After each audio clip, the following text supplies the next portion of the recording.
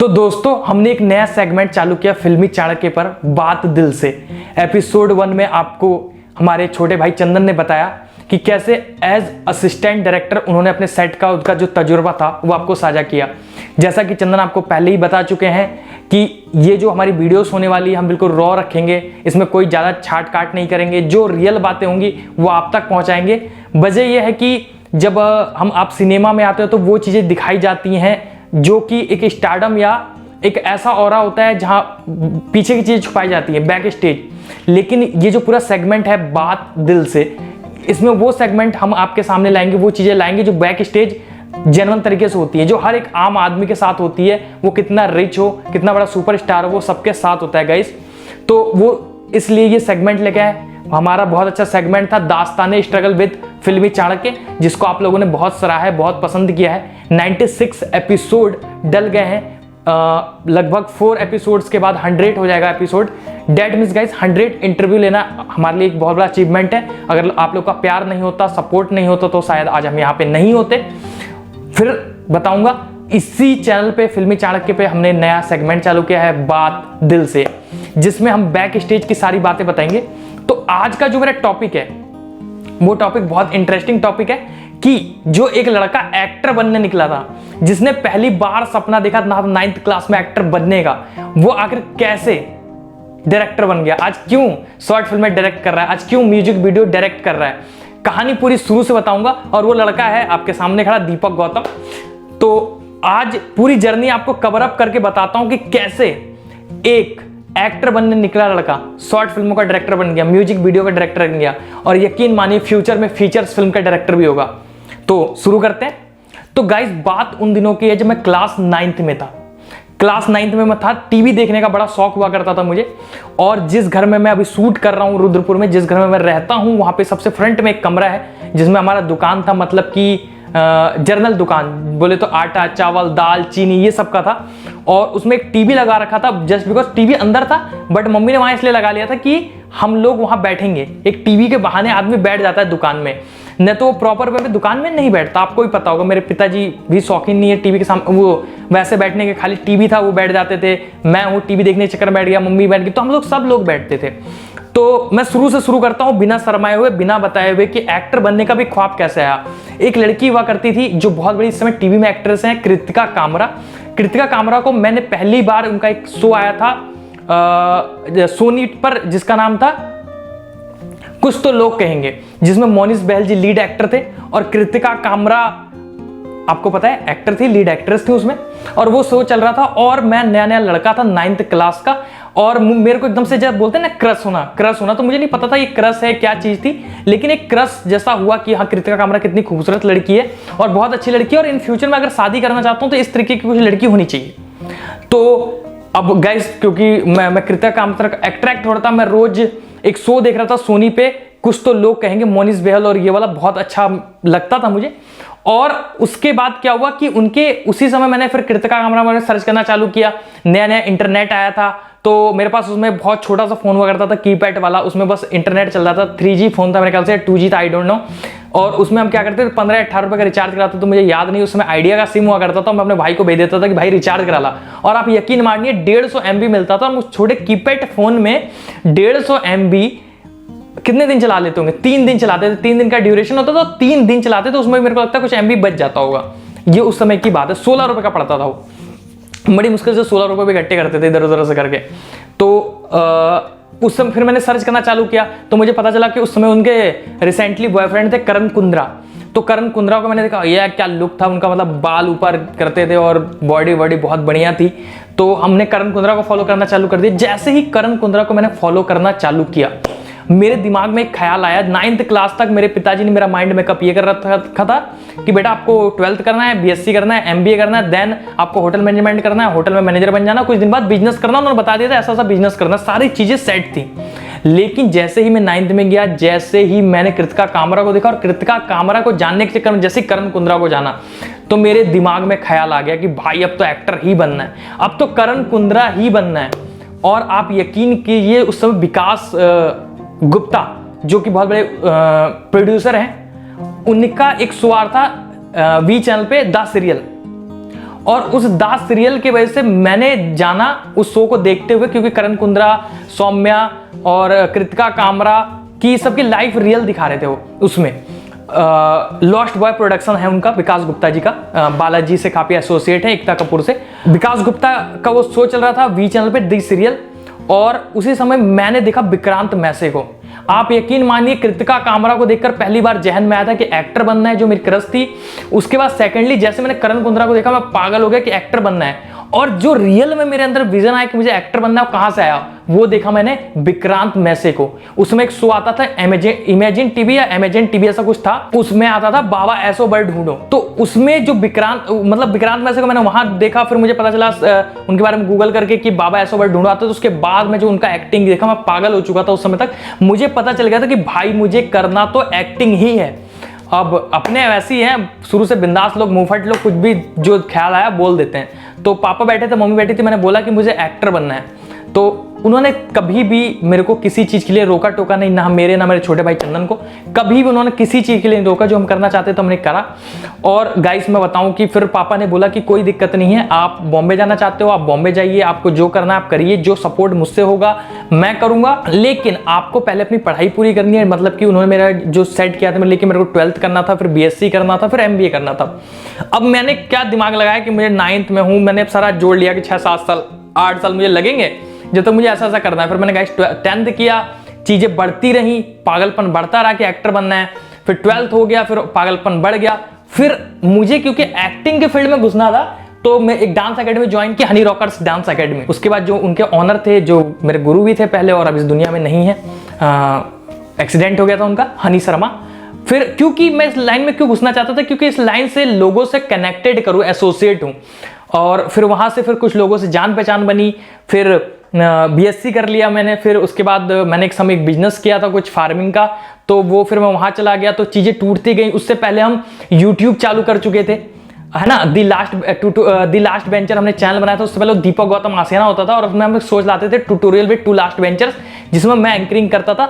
सबसे पहले मैं एंकरिंग नहीं करता था, सबसे पहले जो मेरा भाई था उसमें ट्यूटोरियल करता था। ट्यूटोरियल मतलब बैक फ्लिप और ये जो सिखाते हैं ना ट्यूटोरियल्स वगैरह, मंकी फ्लिप, बैक फ्लिप, जो चीजें, तो वो सिखाते थे। उसके बाद फिर मैं एज ए डायरेक्टर उसमें मेरा नाम आने लग गया, है ना। और उसके BSc कर लिया। फिर तो आप समझ रहे क्रेज होता है कि मतलब कुछ करना है मतलब कैमरे के सामने आना है, कैसे भी रहना है। और जब उस समय मैं डांस क्यों सीख रहा था, उसमें डांस सीख रहा था कि लोग मेरे को जान जाएंगे, इस लोगों की लाइन के लोगों से मिल जाऊंगा। तो मैं क्या कहता था, अपने सर से कहता था कि सर मेरे को जब आप डांस करवाएं तो मेरे को आगे रखें। और मेरी लंबाई इतनी थी कि सब वहाँ छोटे थे मुझसे, तो मुझे पीछे रखते थे। तो मैं कहता था कि मेरे को आगे जो पब्लिक है वो देखेगी कैसे, जब देखेगी नहीं तो पहचानेगी कैसे।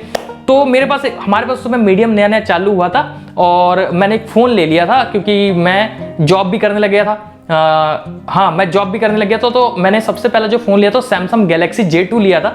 और उस समय मैं किसी स्कूल में एज ए अकाउंटेंट था, ब्लॉसम एकेडमी स्कूल का नाम था। और फिर हमने लिया, तो उससे हम वीडियोस बनाने लग गए। और वीडियोस में मैंने ये देखा कि यार हमारे उस समय क्या व्यूज आते थे, 10, 15, 20, 50, 52, 58। तो हमको लगता था कि एटलीस्ट 58 लोग तो हैं जो हमें जानते हैं, जो हमें देखते हैं। फिर 70, फिर और 100 हो गया, तो आज भी 100 हो गया तो बहुत बड़ी बात हो जाती है। अब समझ 100 हो गया मतलब हिट, भाई साहब खत्म कहानी, हम खुश। तो चीजें हुई। फिर अब जब मैं BSc में आया तो मेरी मुलाकात हुई एनी गौतम से, जो हमारे टीम मेंबर हैं, प्रोडक्शन हेड है TLV फिल्म्स की और फिल्मी चाणक्य की। उनके अंदर एक क्रेज था कि उनको एक एल्बम करना था। तो सडनली कि मैंने किसी को अप्रोच किया कि भाई एक एल्बम करवा दो, ऐसा ऐसा है। तो उन्होंने मुझसे कहा कि सारा प्रोडक्शन का खर्चा आप देखेंगे और मैं शूट करवाऊंगा, उसका 5000 रुपये चाहिए मुझे। तो फिर चीजें हुई, तो मुझे लगा यार कि क्यों किसी को 5000 रुपये देने। और उसमें इतनी नॉलेज थी नहीं, BSc हुआ, फिर मैं MBA में आया। और उसके बाद लगा गाइस लॉकडाउन, पूरा टर्निंग पीरियड था लॉकडाउन लगना। जैसे ही लॉकडाउन लगा, दिमाग में एक फितूर आया।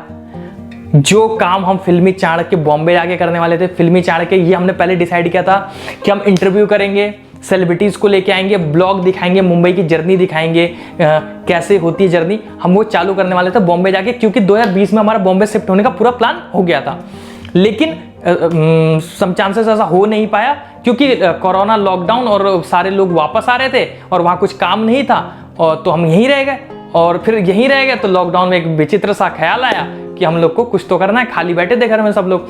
तो 94 सब्सक्राइबर लेके फिल्मी चाणक्य के साथ निकले। पहला इंटरव्यू किया हमने डी सैम सन्नी भाई हमारे टीवी एक्टर, उसमें वो मुंबई रह के और टीवी में कुछ काम कर रहे थे।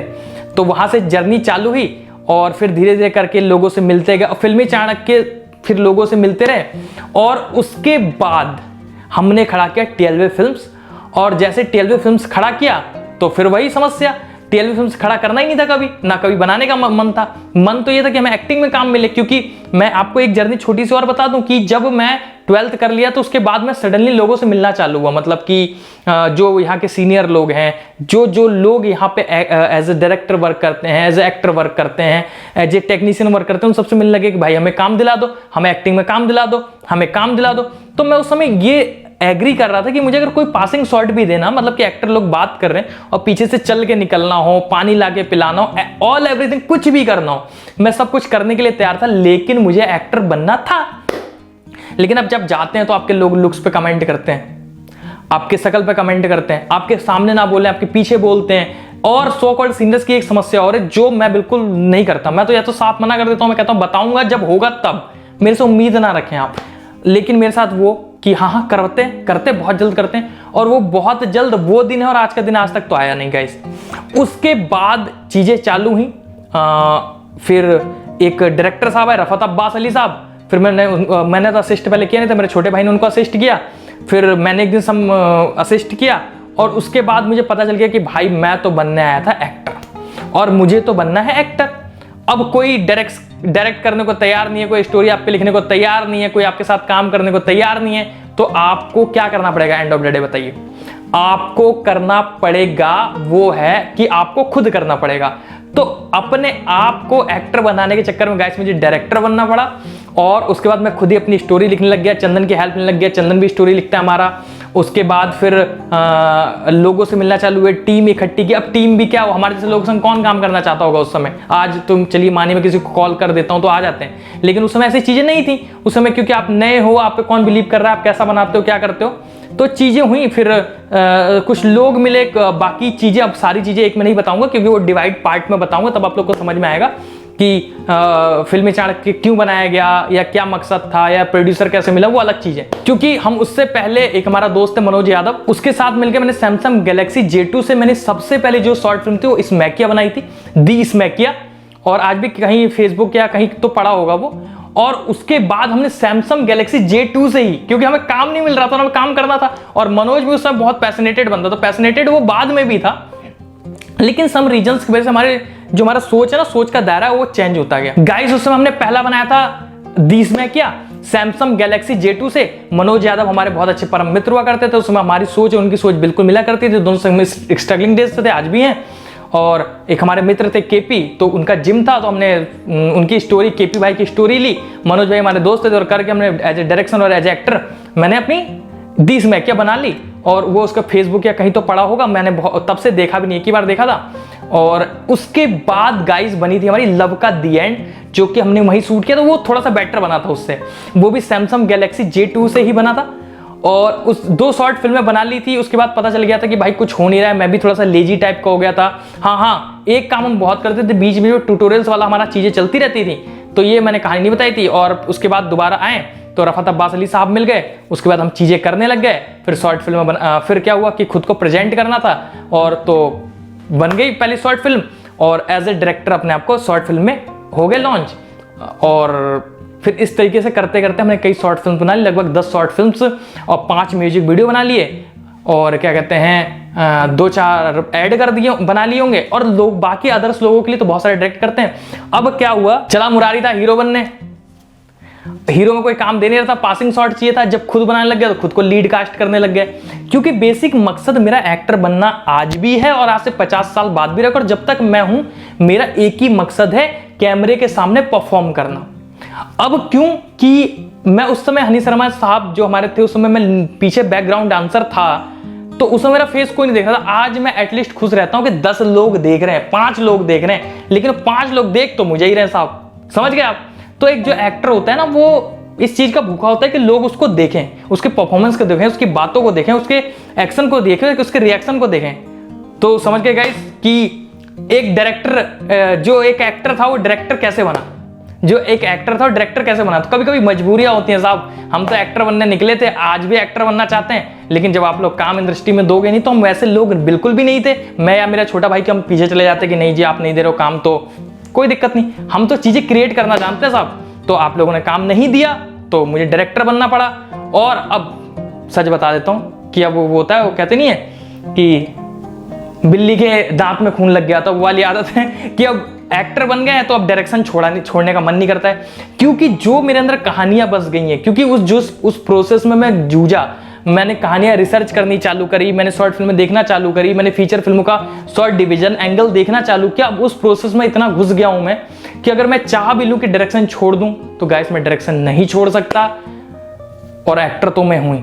तो आप यकीन मानिए, दीपक गौतम की शॉर्ट फिल्में, दीपक गौतम की म्यूजिक वीडियोस, दीपक गौतम के एड फिल्म्स, दीपक गौतम के फीचर फिल्म्स, जब तक दीपक गौतम है, जब तक चंदन गौतम है, तब तक वो आती रहेंगी एज ए डायरेक्टर और एज ए एक्टर।